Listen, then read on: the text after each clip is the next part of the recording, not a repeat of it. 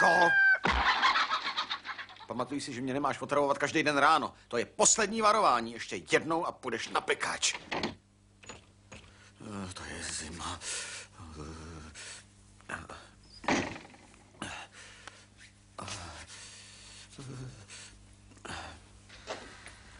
Sakra, teď už je dávno jaro.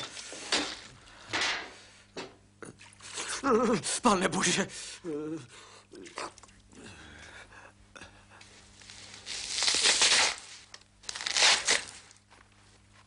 Artemio! Ano, maminko. Snídaně je na stole. Už jdu, jen se oblíknu a jdu.